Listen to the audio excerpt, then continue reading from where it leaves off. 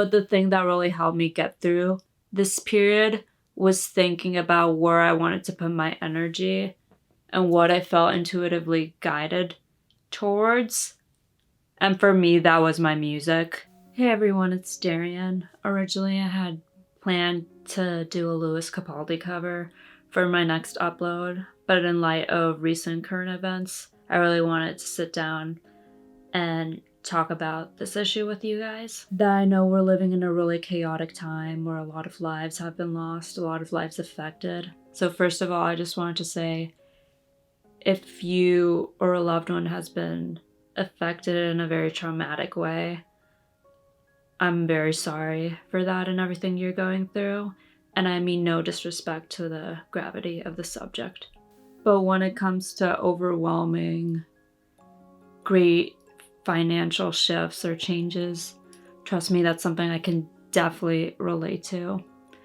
And I know this is something more specifically that has greatly affected the music world, especially local singer-songwriters, artists, and musicians. And I know it's a very sad time for all of us because we're used to being able to see our music friends, to play with them, to run into them, and hang out at open mics or live shows. We're used to doing that on a regular basis, and all of a sudden that's been taken away from us. Although it is like for the better health of everyone in the world, it still is like a very sad sudden change to go through. But despite all this, I think it's important to stay positive. That I feel like a lot of videos regarding this topic lately on YouTube have been like very negative, just very clickbaity, trying to instill hate in people. And honestly, it makes sense. Fear is addictive. It's like a drug that people are just like naturally drawn to, especially in like crazy world events like this. But I don't think it's fair to just be throwing out all the bad things about the situation, what it's going to do to the economy, how it's going to destroy the music industry, blah, blah, blah. That I think the best thing right now is to really focus on what we can do and not what we can't change, because we can't just be stressing out and be overly anxious over the fact that we can't perform, we can't do live gigs right now, even though that's something that obviously financially has affected a lot of us. So I really wanted to talk about how even though we can't perform right now, how we can still stay productive with our music careers throughout all of this. And I really hope this helps anyone out there watching, especially if you're a friend of mine or someone I know who's a musician, artist, singer-songwriter, let's just call it Sam's, that's been like greatly affected by all of this. I know this isn't my usual video on here, but with everything happening, I think it was on Tuesday night, I just felt very intuitive about sitting down and talking about this, because again, I just want to be able to help anyone out there who is feeling anxious and lost about this whole situation. Because if you've paid attention to my music, I know I've talked about this on a few other videos, but mental health is something that's really important to me, honestly, just as important to me as anything to do with music. So I really hope you enjoy this. And if you know anybody who you think this video could help, please share it with them. And, you know, like, subscribe, because that definitely helps me grow the channel to a point where I can get monetized for my work here. So my first tip is to get creative with making great social media content. I know there's some musicians who feel like social media isn't legitimate enough, that, oh, it's not real performing, that they only stick to live performances. But obviously in times like this, that way of thinking isn't gonna work. I think live performances are amazing because you get to have that face-to-face connection, interaction with your audience. And obviously the energy of a live performance can't be replicated on film or on video, on any social media. But one way I like to look at it is that live performances are like your first initial handshake with your audience, with your fans. And then the way to build that connection after the show's over, after the gig's over, is through marketing and social media, because that way they can like see what you're up to. That one way I like to see it is that live performances are like that first initial handshake, first time your audience, your fans get to see you perform and see your music in a live presence. But the great thing about social media and marketing is it allows you to extend that connection and allows you to build a more long-term relationship with them. It's a great way for your fans and for your audience to see what you're up to when you're not performing, what you're working on, whether it be that you're working on an EP, you have a YouTube channel, your songwriting process if you're a songwriter. I think those are all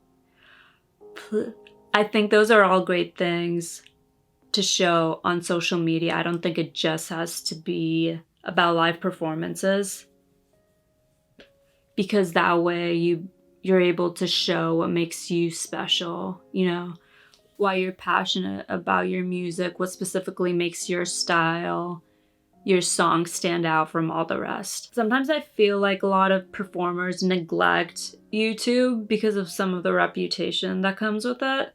But the way I see it is the music side of YouTube isn't at all like that. As long as the content you're making revolves around your music and your passion for whatever it is you play, I think it's a great way to really connect with your audience in a very intimate way. That growing up, I used to watch a lot of like young singers just sit in their room and perform a song with their voice and their guitar for YouTube, and it always just felt like this very intimate way to see someone perform. Because on one hand, with like live shows, live performances, there's obviously that massive energy, but the benefit of something more small like YouTube videos, whether it's covers or posting originals, is that it definitely feels more intimate, at least to me. And that's something I've always loved about YouTube.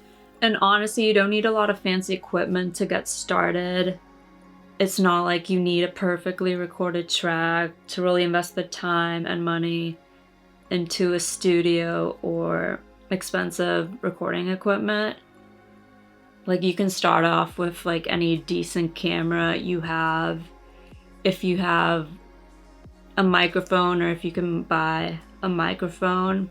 I know Rode is very good. Honestly, I think you can make creative content on YouTube. I know that's more popular with solo artists and singer-songwriters, but I've seen a few channels of people who are just musicians. Overall, I believe social media and marketing are a great way to continue building that momentum during a time like right now when we can't perform at all. And especially right now, I feel like so many people are home and just absorbing any like digital content they can, because that's our only way really of communicating with each other at this point. Kind of sounds sad to say, but right now is like the best time to be putting content that promotes your music, your musical brand, out into the social media world. So my next tip is to use live streams and other collaborative online features to engage with other SAMs. One of my former dance teachers, because they closed the studio with all that's going on, they're actually live streaming dance classes for the students. So that way, if any of the dancers that normally attend classes at the studio want to still rehearse and practice during this whole thing, they can just check into the live stream and dance along with the teachers on there, which I think is amazing. And also I know some venues are live streaming performances, but if your gig got canceled and they're not giving you that opportunity, then you can honestly just do a live stream on your own social media accounts. Just make a post to your followers, your fans, whatever, that you're going to do a live stream at a certain date, time, and then just put on, like, you can do a full set, you can do part of a set, just anything to, you know, just keep the momentum going. If you attend any open mics, I know some of the open mics local to me are holding live stream open mics. For example, I'm in a group that's having, I think it's an app called Zoom, but they're using that to hold like an online open mic. I think it's great to continue to build not only that connection with people at the open mics, but it's also like just on a mental health basis. It's a good way to like still interact with like your friends. Because I know for me, a lot of my friends I've met at open mics that I've gone to locally. And something I haven't heard people really talking about, that I've mentioned it to a few people and they've been really interested in that idea, but YouTube has open playlists. So what that means is that if you, let's say you create a playlist, and then you can actually, for open playlists, you can share that link with other people, and then they can add their own videos to that playlist once they receive access to that link. So what you could do is get together a group of musicians to each make a video, like a performance video of them doing a cover or an original, and then you can all put your videos on that playlist and then share the link to that playlist on social media for people to view. Because the good thing about YouTube is that if you dedicate time to it and you keep going with that, eventually you can get monetized, which is where you can, you know, get paid for your material. So my next tip is to take this time to really perfect your craft. Really see this as an opportunity to work on things you may not have had time for in the past. And that this is a temporary situation. This isn't going to go on forever. We're not going to be trapped inside for the rest of our lives again. So eventually we are going to get back to performing live, to live gigs. And once that point reaches us, we're going to want to be prepared for that. So I really recommend going over your live sets and taking note of any songs you feel need more work. That what I like to do is write out a lyric sheet or sometimes print one out and then make notes of specific details that I need to pay attention to, or if there's specific notes, specific measures in the song that need improving upon or fine-tuning in order to improve the overall piece.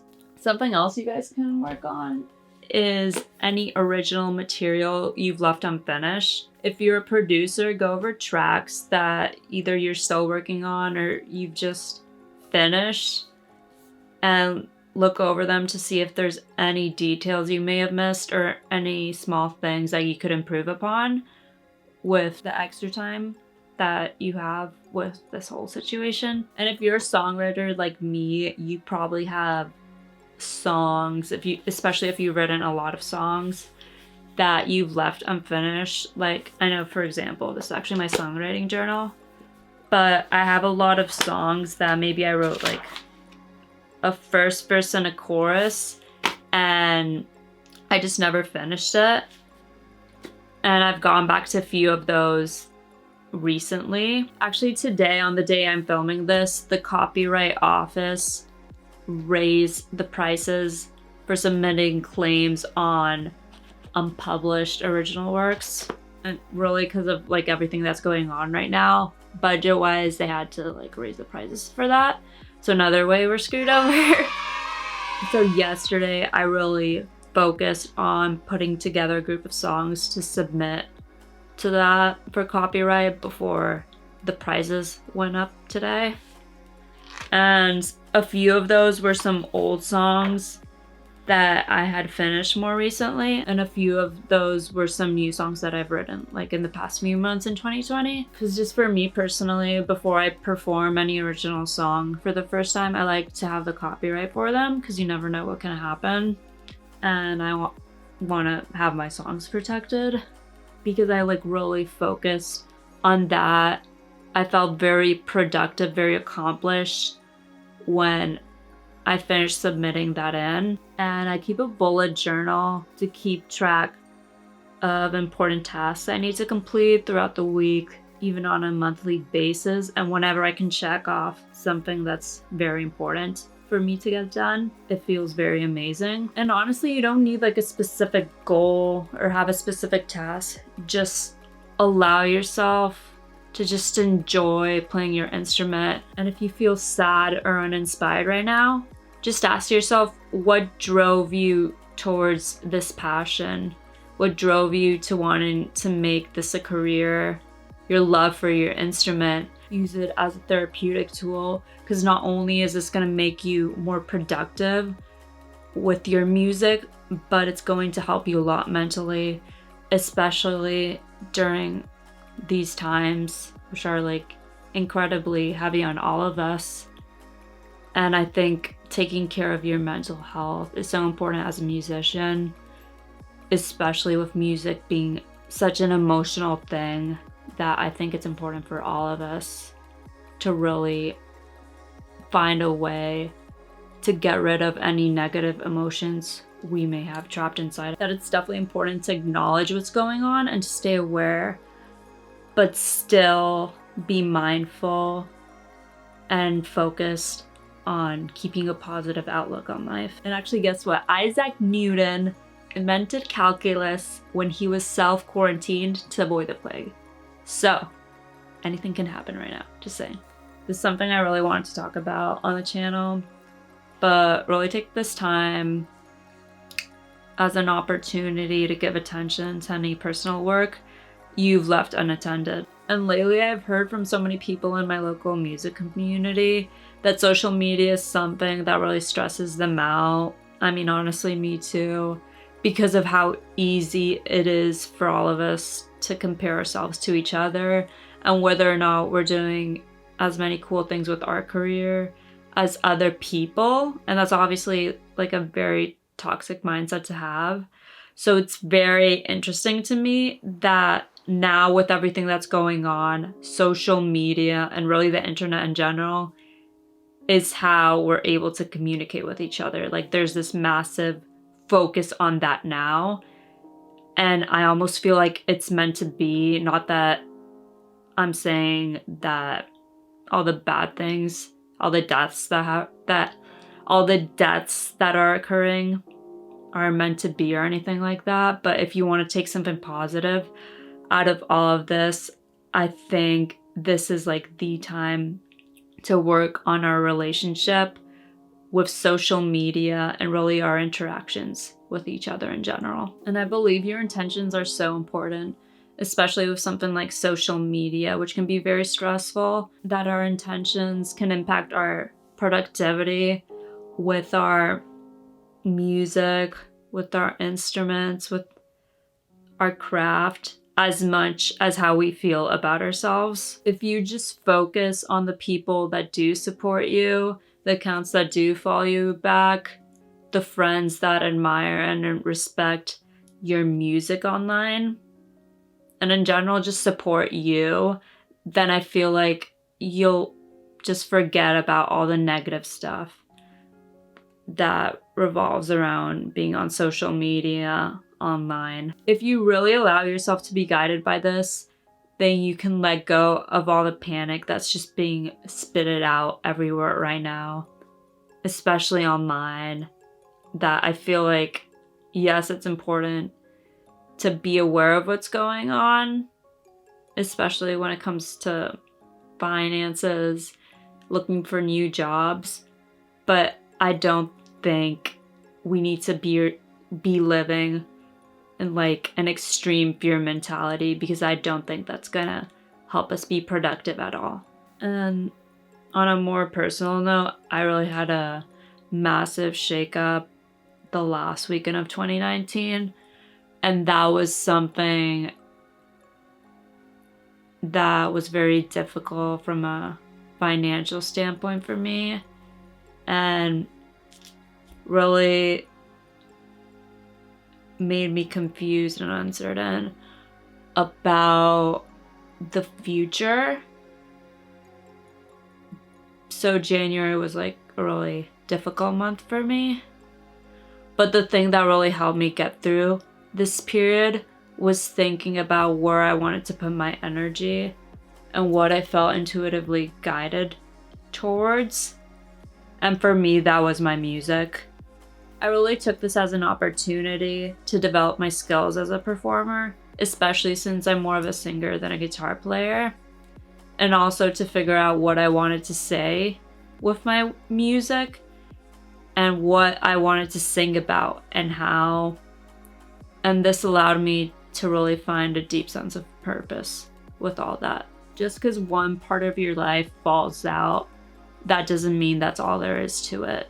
So don't limit yourself. Keep the momentum going and don't get discouraged. I know right now it's really hard. It's really hard for all of us right now.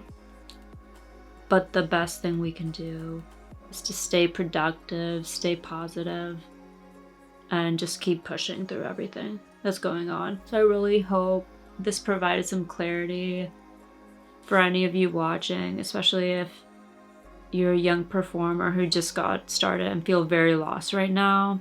And if you're just watching because you want to support local small musicians or just performers in general, the easiest way would probably be to stream our music. I have stuff on SoundCloud, stuff on here. You can keep up with us on social media, that I always link my social medias in the description box, and then also at the end of the video. But also YouTube's very important specifically for me, because I've really dedicated a lot of time to making videos on here recently. That way I can get to a point of monetization. So if you guys just keep watching the videos and subscribe and all that, that'll really help. So thank you for spending my Friday night with me. Since I can't really do anything, I just decided to spend it with you, YouTube. So thank you. And I'm just gonna leave you with this message that I found on the bathroom stall of a local venue. It's called Fury's Public House if you want to check them out, in New Hampshire. And I was there at a live show at the end of January, so I was doing better by then. I love you all. Stay happy, stay positive. You've got this. I'm proud of you. Bye. Thanks for watching.